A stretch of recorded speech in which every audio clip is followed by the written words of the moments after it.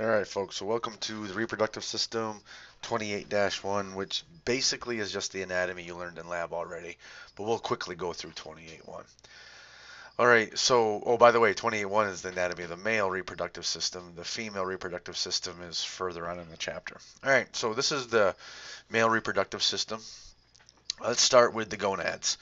Here you have a testicle, or one of the testes, and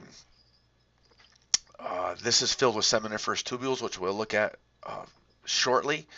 This is where sperm is made, and this is where androgens are made. And then the sperm, they're stored in the epididymis here, and then they travel up through these vas deferens, up through here. They travel into the urethra, and then during ejaculation, they travel out of the body. The seminiferous tubules we'll look at shortly. It's like a half a mile of tubules. I know it sounds incredible to be packed in this little space, but it really is about a half a mile of tubules.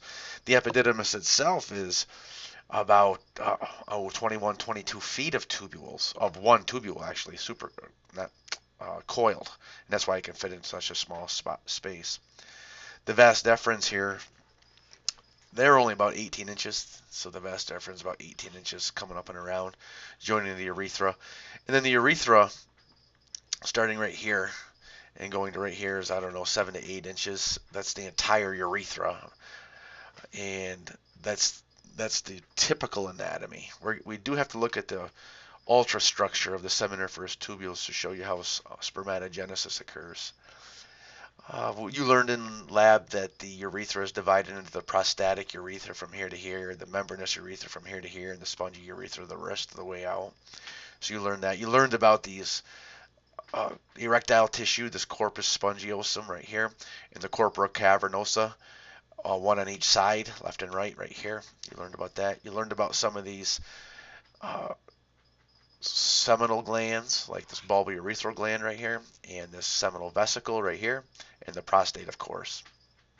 So you learned about that. So this is just the anatomy, and you learned most of this already.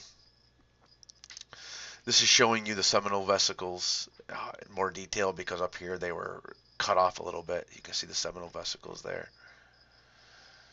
And this is the collage showing you all of it. And this is cutting the testes open. And again, one of these seminiferous tubules right here, only one of them is about, I don't know, 3 feet or so, 32 to 36 inches. So let's just say 3 feet. So one of these seminiferous tubules is 3 feet. But you add them all together and you get about half a mile. And let me see, a mile is 5,280 feet. Therefore, half of that would be 2,500 is half of 5,000. 140.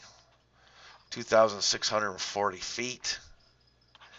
That's incredible. You got about 2,640 feet of seminiferous tubules, and one tubule is only about 3 feet. So you have lots of these tubules in here. These tubules enter this rete testes, and then the rete testes enters the epididymis. This epididymis is, you get about 7 meters or so. So what's 7 meters? 21 to 22 feet of epididymis, and we'll talk about the epididymis further. And then the end of the epididymis, this is where your ductus deferens starts. Right here in your ductus deferens, that's only about 18 inches. That's only a foot and a half or so. That's not, you don't have a ton of ductus deferens. And the ductus deferens, of course, is inside the spermatic cord, along with lymph vessels, artery, and vein. So we'll talk some more details about this. I just want to show you the anatomy and just even the playing field, because I don't know how much you've been studying the lab so far. All right, that's it. Next is spermatogenesis.